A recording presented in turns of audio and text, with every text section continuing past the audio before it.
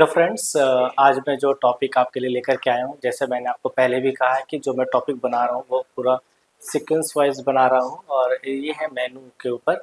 अभी हमारा जो टॉपिक चल रहा है वो मेनू का चल रहा है। तो मेनू में अभी पिछली बार जो मैंने बात किया था उसके कैरेक्टरिस्टिक्स के बारे में, आज मैं आपको बताऊँगा कि मेनू में जो है वो जो भी हम कुछ इंफॉर्मेशन होती है, जैसे एक कॉमन इंफॉर्मेशन, क्या क्या इंफॉर्मेशन होनी चाहिए एक मेनू कार्ड में, वो चीज़ें के बारे में आज मैं डिस्कस करूँगा। तो उसमें पहले आता है कि नेम ऑफ इस्टेब्लिशमेंट, मतलब कि मेनू कार्ड में जो भी इस्टेब्लिशमेंट है, जो भी हमारा रेस्टोरेंट के नाम है, जो भी हमारे होटल का नाम है, जो भी हमारे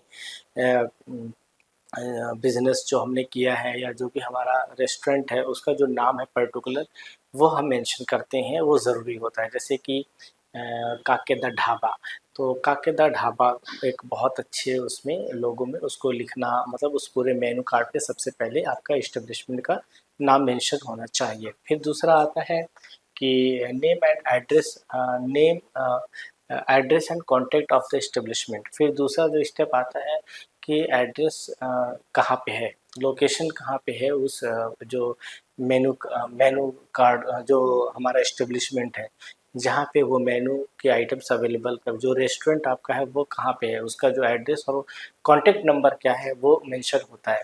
फिर तीसरा आता है कि hours of operation and availability of dishes. Hours of operation and availability of dishes मतलब कि ऑपरेशन का टाइम, सपोज़ कि सुबह 11 बजे से लेकर के मतलब लंच टाइमिंग और डिनर टाइमिंग, बेसिकली जो रेस्टोरेंट ऑपरेट होते हैं वो 2 टाइम पे। बहुत सारे रेस्टोरेंट आप देखोगे कि वो सिर्फ इवनिंग में ही ऑपरेट होते हैं, जो कि 7 बजे से उनका ऑपरेशन शुरू होता है, रात के 11 बजे डिनर के टाइम तक। लेकिन कुछ ऐसे रेस्टोरेंट हैं जहाँ पे लंच भी अवेलेबल होता है और डिनर के टाइम पे भी ऑपरेट होता है। तो अब वो ऐसे रेस्टोरेंट 11 बजे से ऑपरेट शुरू होते हैं और जो है फिर वो 2-3 बजे तक क्लोज़ हो जाते हैं। फिर शाम को 7 बजे स्टार्ट होता है, जो कि रात के 11 बजे तक क्लोज़ हो जाता है। तो वो हमें टाइमिंग वहाँ पे मेंशन करना होगा कि अगर मान लो ब्रेकफ़ास्ट भी अगर आप ऑपरेट कर रहे हैं तो ब्रेकफ़ास्ट का टाइमिंग क्या है, लंच का टाइमिंग क्या है, डिनर का टाइमिंग, ये सारा हमें मेंशन करना होता है। और दूसरा आता है कि अवेलेबिलिटी ऑफ डिशेस, मतलब कौन कौन सी डिश अवेलेबल है, तो हमें पूरा सीक्वेंस वाइज वो पूरा मेनू कार्ड में मेंशन करना होता है और वो रहता है। ठीक है। फिर आता है तीसरा, जो चौथा ऑप्शन आता है category of food and beverage. Food and beverage की कैटेगरी, जैसे कहते हैं कि मेन कोर्स, स्टार्टर, ठीक है, इस तरीके से कैटेगरी होती है। ठीक है, जैसे बेवरेजेस की कैटेगरी, मेन कोर्स की कैटेगरी, स्टार्टर की कैटेगरी। ठीक है, तो इस तरीके से उसको डिवाइड किया जाता है और उसमें बहुत सारे, जैसे मॉकटेल्स है तो मॉकटेल्स, बहुत सारे उसमें मॉकटेल्स मेंशन कर दिए जाएंगे। कॉकटेल्स है तो कॉकटेल्स की, तो ये अलग अलग तरीके से जो है कैटेगरीज उसमें होती है। तो फिर तीसरा आता जो पांचवा आता है वो वेजिटेरियन नॉन वेजिटेरियन आइटम्स। ठीक है, उसमें हमारे यहाँ पे वेजिटेरियन आइटम्स क्या क्या हैं, नॉन वेजिटेरियन आइटम्स क्या क्या हैं, अगर सूप भी है तो veg soup, non veg soup. तो इस तरीके से हमें पूरा प्रॉपर जो है उसमें मेंशन करना होता है मेनू कार्ड में। और मेनू कार्ड में ये इसलिए क्योंकि हाँ, मैंने पहले भी बताया कि वो साइलेंट सेल्स पर्सन होता है, कि अगर कोई पहले तो मेनू इस तरीके का होना चाहिए ताकि वो आसानी से किसी भी गेस्ट को समझ में आ जाए और वो अपना ऑर्डर देते अपनी चॉइस के हिसाब से। दूसरा अट्रैक्टिव भी होना चाहिए, देखने के बाद गेस्ट को लगे कि यार लाओ ये वाला भी, मैं ये भी आइटम आज ट्राई कर लेता हूँ। ठीक है, बहुत ज़्यादा हमें क्रिटिकल नहीं बनाना होता है, बहुत सिंपल लेकिन अट्रैक्टिव होना चाहिए।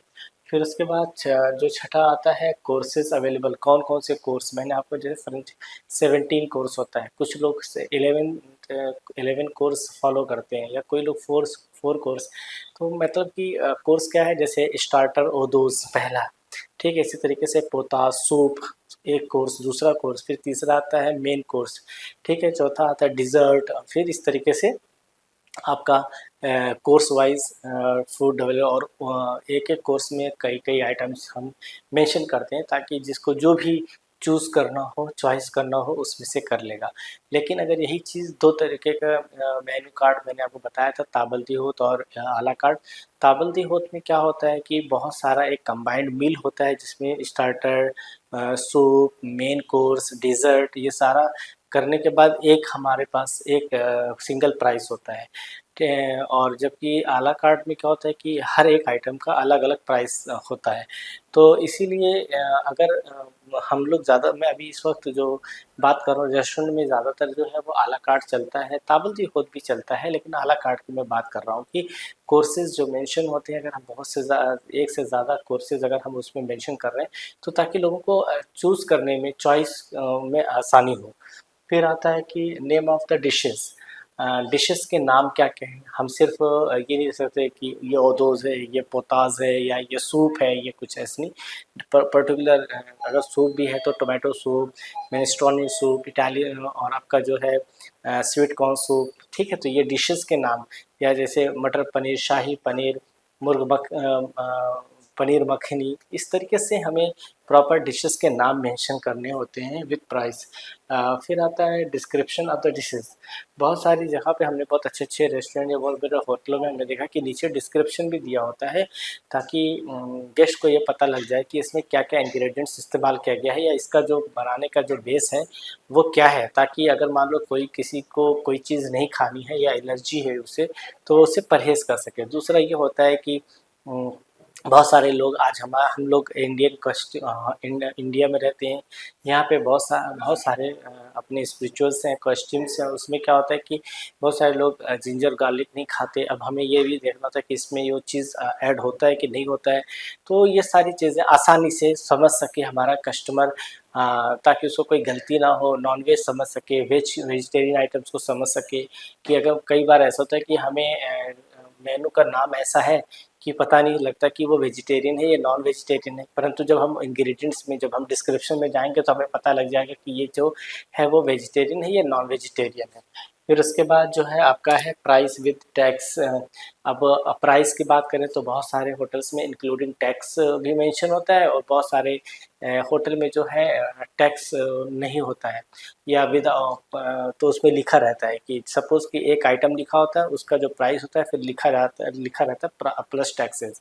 क्योंकि टैक्सेस भी अलग-अलग होते हैं। कुछ लोग तो एक नॉर्मल जो गवर्नमेंट टैक्स होता है वही, और कहीं-कहीं सर्विस चार्ज भी मिला करके तो एक्स्ट्रा हो जाता है। ठीक है, तो ये सारी चीज़ें हैं। फिर अभी हमने देखा है कि ये तो मेन मेन ऐसे है जो जिसका हमें इंफॉर्मेशन देना ही देना है। कॉमन मतलब एक कॉमन इंफॉर्मेशन है जिसके बगैर आपका काम मुश्किल हो जाता है। ठीक है, कुछ और भी इंफॉर्मेशंस अगर आप डालेंगे तो आपका थोड़ा सा वाव फीलिंग आएगा, लोगों को और अच्छा लगेगा आपके मेनू कार्ड में। जैसे कि कैलोरीज, मतलब कि जो भी आप आइटम दे रहे हैं, जो भी आप आइटम रेडी कर रहे हो, उसमें कैलोरीज कितनी है। तो उससे, क्योंकि आजकल लोग हेल्थ कॉन्शियस हो गए हैं, हर कोई चाहता है कि मैं जो खा रहा हूँ उसका क्या फ़ायदा है। तो आपको कैलोरीज अगर मेंशन कर रहे हो तो बहुत अच्छी बात है। फिर दूसरा आता है कि टाइम फॉर प्रिपरेशन, क्योंकि देखिए आजकल लोग इतना बिजी हो गए, किसी के पास वक्त नहीं है। तो लोग जैसे ही रेस्टोरेंट बैठते हैं सबसे पहले ये सोचते हैं कि टाइम कितना लगेगा, क्योंकि हर लोग, सभी को इतनी जल्दी है भागने की, कहीं जाने की, हर एक लोगों के पास एक बहुत ही बिजी शेड्यूल होता है। और अगर वो ये सोचे कि मैं रेस्टोरेंट में जाऊँगा और आराम से ऑर्डर दूँगा और 1 डेढ़ घंटे के बाद वो ऑर्डर आएगा, तो फिर क्या है, लोग उस चीज़ को भी पसंद नहीं करते हैं। तो इसीलिए हमें टाइम ऑफ प्रिपरेशन, वो तो एक कमिटमेंट भी हो जाती है, हमें उस टाइम के अंतराल में वो चीज़, वो डिशेज़ देनी होती है, और ये बहुत अच्छी बात है।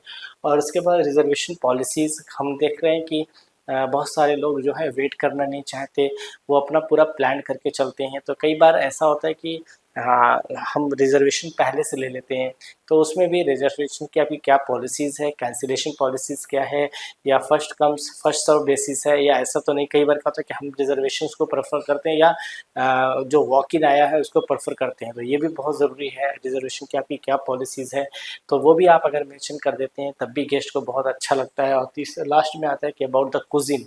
आपने देखा होगा कि आप आजकल बहुत सारे लोग जो है, ज़्यादातर जो है रेस्टोरेंट वो मल्टी कुज़ीन है। तो मल्टी कुज़ीन में भी आप कौन-कौन सी कुज़ीन अवेलेबल है? राजस्थानी, मुगलई, हैदराबादी, और आपका गुजराती। तो ये क्या है, अलग-अलग कुज़ीन, अलग-अलग वे ऑफ मतलब अलग अलग तरीका है, स्टाइल ऑफ सर्विंग है, स्टाइल ऑफ मेकिंग प्रिपरेशन है, स्टाइल ऑफ प्रिपरेशन है। लोग अपने अपने तरीके से उस चीज़ को, फूड को रेडी करते हैं और सर्विस करते हैं। तो ये पूरा एक डिटेल्स मैंने आपको बताया कि एक जो मेनू कार्ड हम रेडी करते हैं वो सिर्फ एक नॉर्मल सिर्फ रिटन डॉक्यूमेंट नहीं होता है, बल्कि उसमें इतनी सारी चीज़ों का ध्यान रखा जाता है। आज के लिए इतना ही। Thank you so much. Hotel management institute Delhi, education, knowledge, grooming, development, practical training के साथ साथ देश तथा विदेशों के 5 स्टार होटल्स में जिम्मेदारी के साथ रोजगार, सरकार द्वारा मान्यता